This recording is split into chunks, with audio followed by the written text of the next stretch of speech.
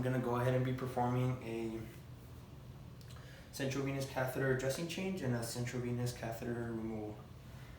So what you want to go ahead and do is first you go inside the patient's room and you introduce yourself, get the two patient identifiers, and you want to go ahead and instruct the patient what you're going to do.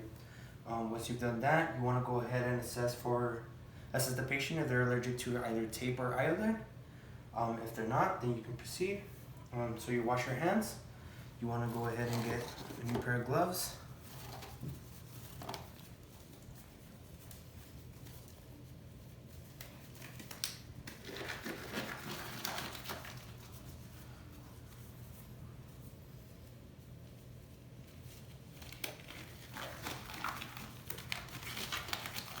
And once you have your gloves, you also want to put on a mask on, a face mask.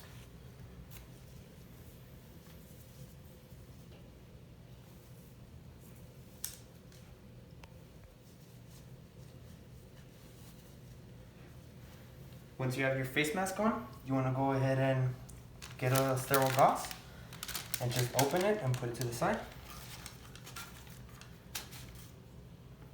Once it's to the side, you want to go ahead and get a alcohol swab. Open up the alcohol swab.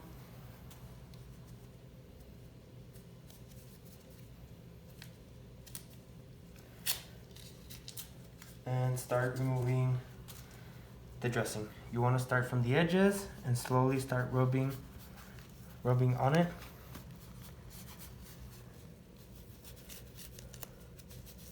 You want to be careful once you get towards the insertion side of the catheter.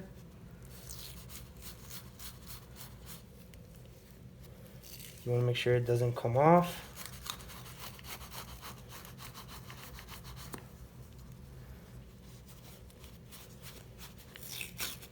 Once it's almost about to come off, you want to go ahead and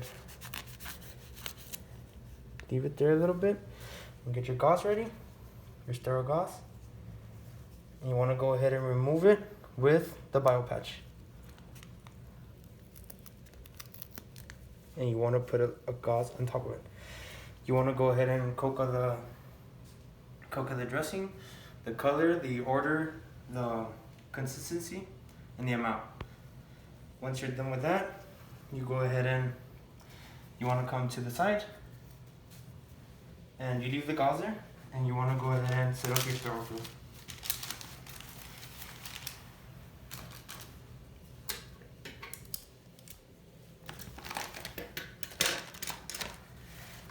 Before you set up your sterile field, you want to make sure that you go ahead and open up your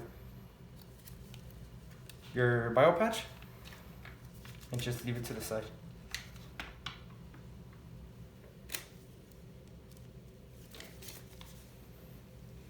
You want to go ahead and open up another sterile gauze.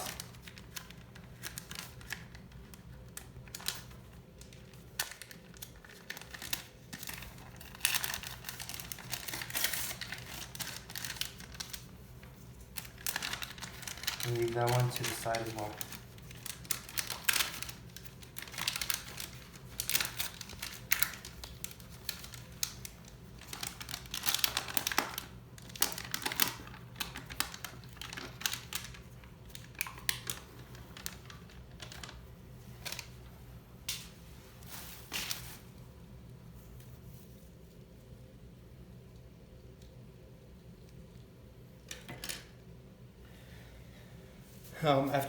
After you've done that, you want to go ahead and set up your sterile field. So you can go ahead and open it.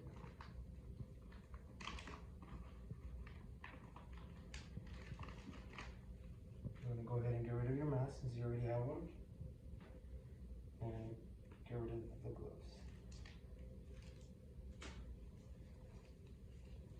Go ahead and get rid of these gloves and perform hand hygiene.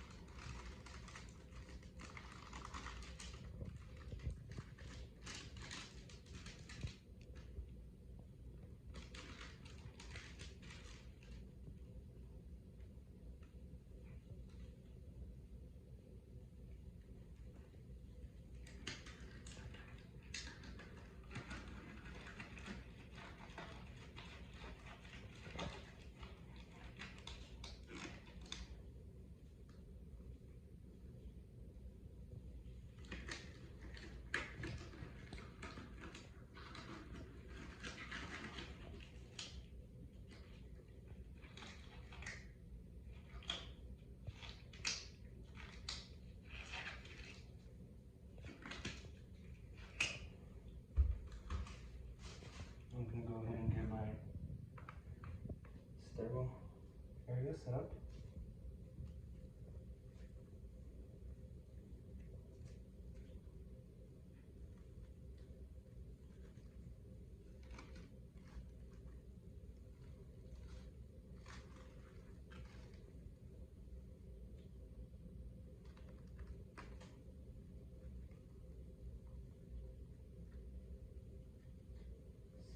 Sunny side down. What I want to go ahead and do is get everything from my kit inside my sterile field.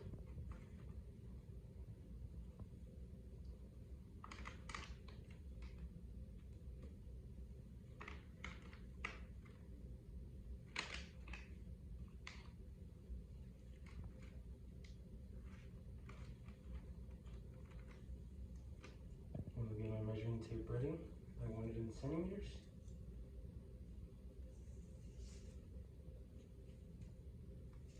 I'll go ahead and fold this red line and make sure everything else is folded a little bit.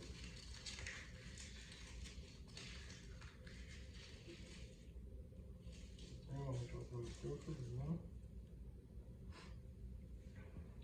Here I get gauze, which I'm not going to use.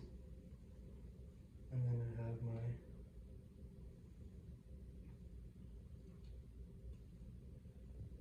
tape, my Proline, and my for my sutures. And for the purpose of the video, that's going to be my biohazard bag. And at this point, I would go ahead and get somebody to put my bio patch inside my sterile field.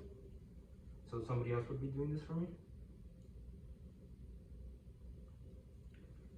Okay. Then once I'm done setting up my sterile field, I want to go ahead and come to the patient again. Go ahead and remove the sterile 4x4. And I want to go ahead and get my alcohol swabs. So I would open these and make sure I would clean from the inside out in a circular motion. I would do all three. And then I would go ahead and get my iodine, open it up, and do the same as I did with my alcohol swabs. Clean from the inside out, all around. After that, I would go ahead and get my measuring tape. And I would make sure to measure from the insertion site all the way to the hub, which in this case it would be about a centimeter and a half. Once I'm done with that, I want to go ahead and get my bio patch.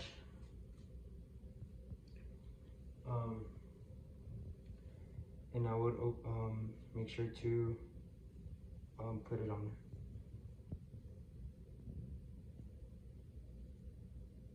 Make sure that I don't mess a lot with the line. Once it's in there, I would go ahead and put on my clear dressing on top of it.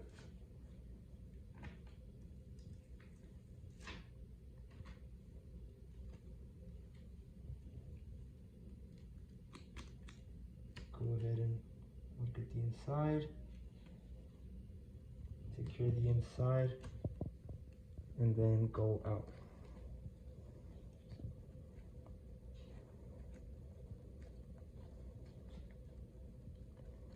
Once that's done, I would go ahead and remove this. Make sure the pad sticks really well. It doesn't want to stick to the foam, but I would go ahead and make sure I rub it in there very good. Once it's there, I would go ahead and put my initials, my date, and the time of the dressing change. Go ahead and remove it and put my label on it. Once that's done, I would go ahead and make sure I get my tape.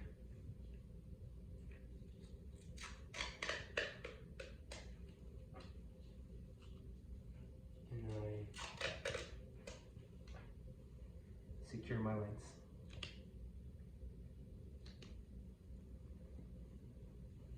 And that would be it for the dressing change. In terms of removing it, I would go ahead and go back to the steps of cleaning it with alcohol, inside out in a circular motion. I would go ahead and do the same with my iodine, inside out. I would go ahead and make sure it's completely dry. After that, I would go ahead and get my measuring paper. And again, I would measure from the insertion site to the hub, which in this case would be about 1.5 centimeters. Once I measured it, I would go ahead and remove the sutures. So I'd go ahead and get the suture and then get my scissors in there and cut, and the same on the other side. Go ahead and get the suture, pick it up and cut. Once that's done, I would go ahead and tell the patient to turn to the other side and then take a deep breath. Once you take the deep breath, I want to make sure that I pull. If I feel resistance, I'm going to go ahead and leave it in there and call a physician to see if he can help me. If I don't feel resistance, then I want to make sure that I pull and I get it out on one stroke. After that, after I pull it out, I make sure I look at the catheter, I look at the tip, make sure that it's intact.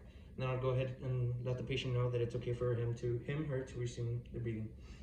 Once that's done, I want to go ahead and leave pressure for about 5 to 10 minutes. If they're on any type of medication, blood thinners or anticoagulants, then I want to go ahead and make sure I leave it for a little bit more time. Once that's done, I want to make sure that she is now bleeding. I replace the gauze, I put a new gauze, and then I would go ahead and make sure that I put a new tegaderm on it. The new tegaderm again would have my name, the date and the time, just as this one. Once I'm all done, I would go ahead and get my CVC line from the biohazard bag, and I would go ahead and measure it and record that in my nurse's notes. And that would be it for the CVC removal, CVC cap change, and the CVC dressing change.